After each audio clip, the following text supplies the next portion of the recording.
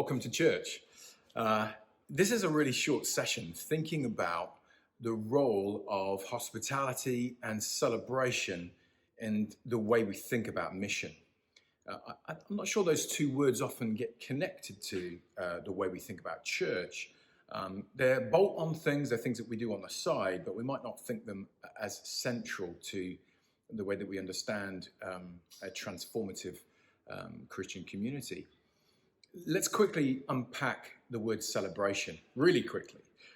Remember in the Old Testament, the whole story where God is training the Israelites how to be a people. And he's instituting some quite strong laws about how they should gather and how they should meet. And we call them, festivals, or like things like the Feast of Tabernacles and the Feast of Booths and the Passover, those kind of things. And God ordained and kind of commanded the Israelites to gather together once a year, no matter where they lived, to celebrate and to remember what he had done, to recall the story of how he had led them out of Egypt and through the desert. And it was this kind of theatrical reacting of stuff that God had done in their lives. But it was in a celebratory kind of way. And they were to feast and to eat food and to party with God at the center, to reread the story as a part of their collective culture. I love that. God commanded them to have a party. He said, you must have a party. You must eat roasted meat. And sometimes it needs to go on for like days. Think about the story later on of the prodigal son. It's a beautiful story of the character and nature of God and how two different sons engaged with relationship with him. One of them went away and spent his inheritance and partied it up and in a negative way and did his own thing, but eventually repents and realizes that he needs to go back to his father. Is that complexity of servant? What does that look like? But he comes back, and God's or the father's response is celebratory. He's been waiting for his son's return. It's this repentance, a return, but he runs, doesn't he? And he lifts up his garments and he's crying and screaming and he grabs his son and he hugs him and welcomes him. And then he says, my son was lost and now he's found. Let's have a party. Let's celebrate. Let's kill the fattened calf. There is a lot of exhortation in the scriptures to celebrate. And I wonder whether you've thought about that in the life of your church. How do you think about the way that you gather, the culture of when you gather as God's people? Is it around a service? Is it around a few sacramental acts, all of which are super important and central? But where's the place of celebration in the way that we think about worship and identity? I want you to think about, how many parties do you have? How is your building structured in a way that you can gather a community, invite those that are outside of a community to party, to celebrate, to talk about God, to share the story? We've recently built a pizza oven outside that door. This is our church foyer.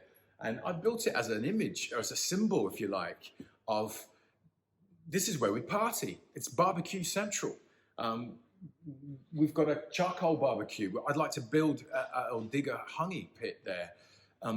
It's where we gather, and it represents the life of who we are together, celebrating God. So part two to that, and there's obviously a lot more to say about that, but I want you to discuss it. Part two is thinking about hospitality. Hospitality is really interesting. And again, in the Old Testament, there is lots of passages around entertaining strangers. And we think about Abraham and think about how he welcomed strangers from the desert. And that was a very Arab thing to do, still is today, where you welcome the stranger and you treat them with unbelievable dignity and honor and respect. And even if it's your enemy, you feed them, you clothe them, you give them a bed for the night. And no matter who they are, no questions asked. And I really like that. In Te Reo, in the Maori world, they would use the word manaakitanga. And I really like it. The more I've looked at it, I'm still learning. But it's more than hospitality. It's like It's this spirit of inclusion, and where you are seeking to raise the dignity and honor and authority of the person in your midst, to treat them like royalty. How do you think about hospitality in the way that you think about church? Now, we might have welcomers on the door, and that's nice. Shake someone's hand, and hopefully they've got a good memory and they remember someone's name. That is a good start. But that's not the spirit of hospitality. Hospitality is welcoming the stranger and loving on them as if it's your neighbor, treating them better than if royalty had come into your home.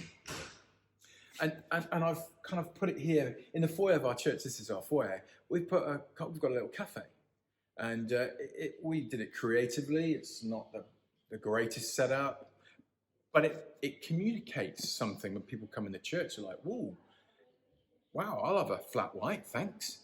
Yeah, God, it helps people to settle and to feel, can I breathe? Can I unwind? Can I belong? And I really like that. And as an Englishman, and I think this would be the same for most people, if someone comes into my home, the first thing that I would do would be to offer them a cup of tea or a coffee. That's the first thing. And we would do it culturally to help them settle and to just breathe and feel like they're safe. Why don't we do that in church? Like, it should be the same thing, shouldn't it? Why do we do coffee and tea at the end of a service? It's really strange. It's almost like kind of reverse hospitality. Oh yeah, we should be hospitable at the very end. I mean, in the ideal world, we'd have coffee before the service and after, but that's a different conversation. So I want you to think about hospitality. How do you welcome those that are outside, that don't understand your culture, that don't understand the words or the way a meeting might look? Do they feel safe? Do they feel it's okay to be themselves? Are you able to put a cuppa in their hand when they come in the door and put them at ease? What does it mean to put a cafe in the heart of your church, where there is music and there is greenery and there's art and there's a sense of manakitanga, where it's a high value, a high importance.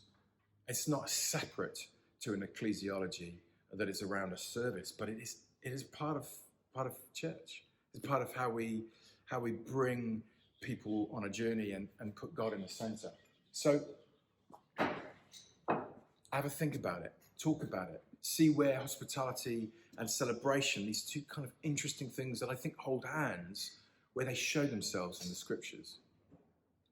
And think how you could begin to weave new ideas into the way that you do church. In the olden days, churches would organize celebratory functions of the community. They would have a summer fair. They would have a Christmas festival or markets. There would be Easter celebrations that were more than a service. They were party-like. And the church, almost like that was the expectation, that the church would provide that and create space for celebration. We should be known for that today, but we're not. So, we've got these little biscuits that you can have for free with a coffee. Welcome to church. Can I get you a coffee? What kind of coffee would you like? What's your favourite? Would you like a chocolate biscuit? You belong here. You are welcome here. God wants to be in this space. This is what God is like.